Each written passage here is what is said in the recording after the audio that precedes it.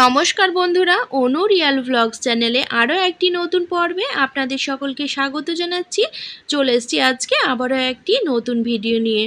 সুজি দিয়ে আর গুঁড়ো দুধ দিয়ে খুবই মুচমুচে আর খাস্তা একটি নাস্তার রেসিপি আপনাদের সাথে শেয়ার করেছি। পুরো ভিডিওটি দেখার অনুরোধ করছি। আশা করছি রেসিপিটি আপনাদের ভালো লাগবে। তো এই নাস্তার রেসিপিটি বানাবো, তার জন্য ওভেনের উপর একটি তাওয়া বসিয়ে 1 চামচ বাটার দিয়েছি। বাটার মেল্ট হয়ে গেছে। এবার হাফ কাপ সুজি দিয়ে দিচ্ছি। তো একটি ছোট বাটিতে মেপে আমি 1 বাটি সুজি দিয়ে দিলাম। আর আমি এখানে বাটার দিয়েছি, আপনারা চাইলে ঘি অথবা রিফাইন্ড অয়েলের ব্যবহারও করতে পারেন। তো সুজি এই বাটারের উপর দিয়ে 2 মিনিট মিডিয়াম টু লো ফ্লেমে নাড়াচাড়া করে নেব, তবে খুব বেশি লাল করে ভাজবো না। তো কিছুক্ষণ নাড়াচাড়া করে নেওয়ার পরে আমি এর মধ্যে 2 টেবিল চামচ গুঁড়ো দুধ বা মিল্ক পাউডার দিয়ে দিচ্ছি। আপনারা চাইলে বাজারে যে 5 টাকা দামে ছোট পাউচ প্যাকগুলো পাওয়া যায়, সেই পাউচ প্যাকের গুঁড়ো দুধ ব্যবহার করতে পারেন। সেক্ষেত্রে হাফ বাটির জন্য পুরো 5 টাকার প্যাকেটের গুঁড়ো দুধই কিন্তু লেগে যাবে।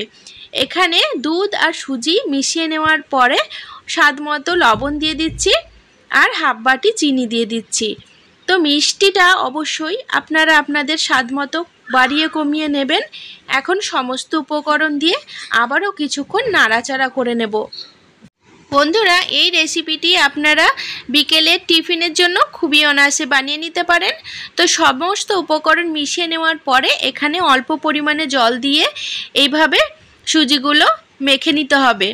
আরও একটুখানি জল লাগবে মনে হচ্ছে, যার জন্য আমি আরও একটু জল দিয়ে সুজিটার মণ্ড তৈরি করে নেব।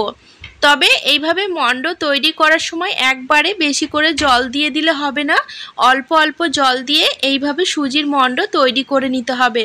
সুজি যখন তাওয়া থেকে ছেড়ে আসবে তখন বুঝতে হবে মণ্ডটা একদম রেডি হয়ে গেছে।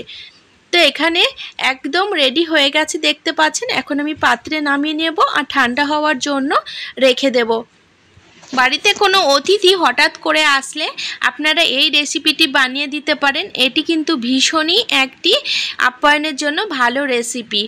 তো বন্ধুরা, এখানে সুজি ঠান্ডা হয়ে গেছে। এখন হাফ বাটি ময়দা দিয়ে দিচ্ছি। এখানে পরিমাণটা ঠিক দিতে হবে, না হলে কিন্তু রেসিপিটি ভালো হবে না। এবার সমস্ত উপকরণ ভালোভাবে মেখে নেব। রুটি বানানোর সময় যেমন আটা মাখি ঠিক সেইভাবে মেখে নিতে হবে। বন্ধুরা, এই ভিডিওটি আপনাদের যদি ভালো লাগে তাহলে অবশ্যই একটি লাইক করে দেওয়ার অনুরোধ করছি। আর আমার সাথে থাকার জন্য চ্যানেল সাবস্ক্রাইব করে বেল নোটিফিকেশানটা অবশ্যই অন করে রাখবেন। তাতে আমি আগামী দিনে যখনই নতুন ভিডিওর আপলোড দেবো তার নোটিফিকেশান আপনারা সবার আগে পেয়ে যাবেন। তো এটি মেখে নিয়েছি। এবার ঢাকা লাগিয়ে 5 মিনিট রেখে দিচ্ছি। তো 5 মিনিট পর ঢাকাটা তুলে নিচ্ছি আর আরও কিছুক্ষণ এইভাবে নাড়াচাড়া করে মেখে নেব।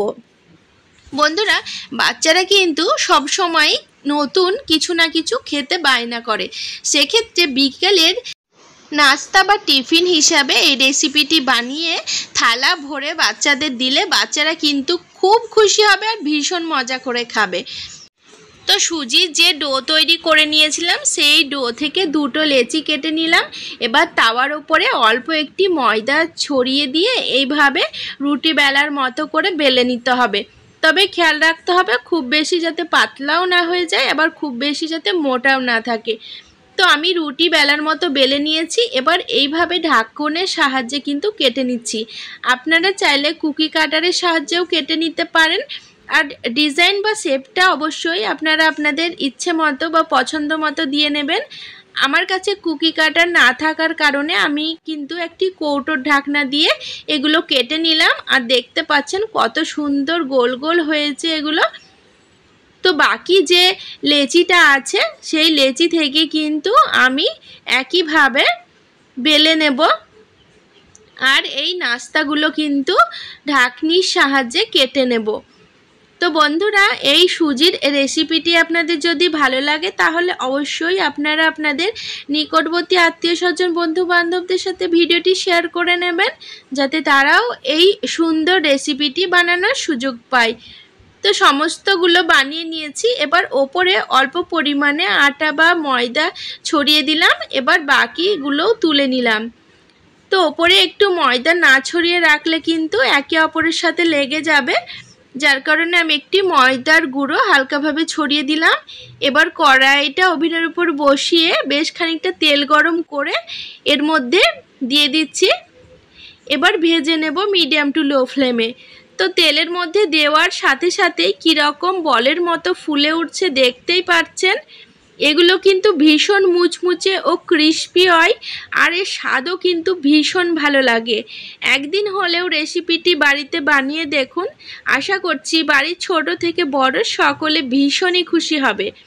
আজকের এই সুজির রেসিপিটি কেমন লাগলো অবশ্যই কমেন্ট বক্সে জানাবেন। তো বন্ধুরা, বাকিগুলো আমি একইভাবে ভেজে নিচ্ছি। এগুলো বানাতেও কিন্তু খুব বেশি সময় লাগে না, আর ভাজতেও কিন্তু খুব বেশি সময় লাগে না, খুবই চটজলদি নিমেষের মধ্যেই কিন্তু রেডি হয়ে যায়।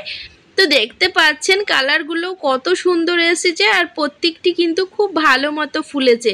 দেখুন কত ক্রিস্পি হয়েছে, আমি ভেঙে আপনাদের দেখাচ্ছি।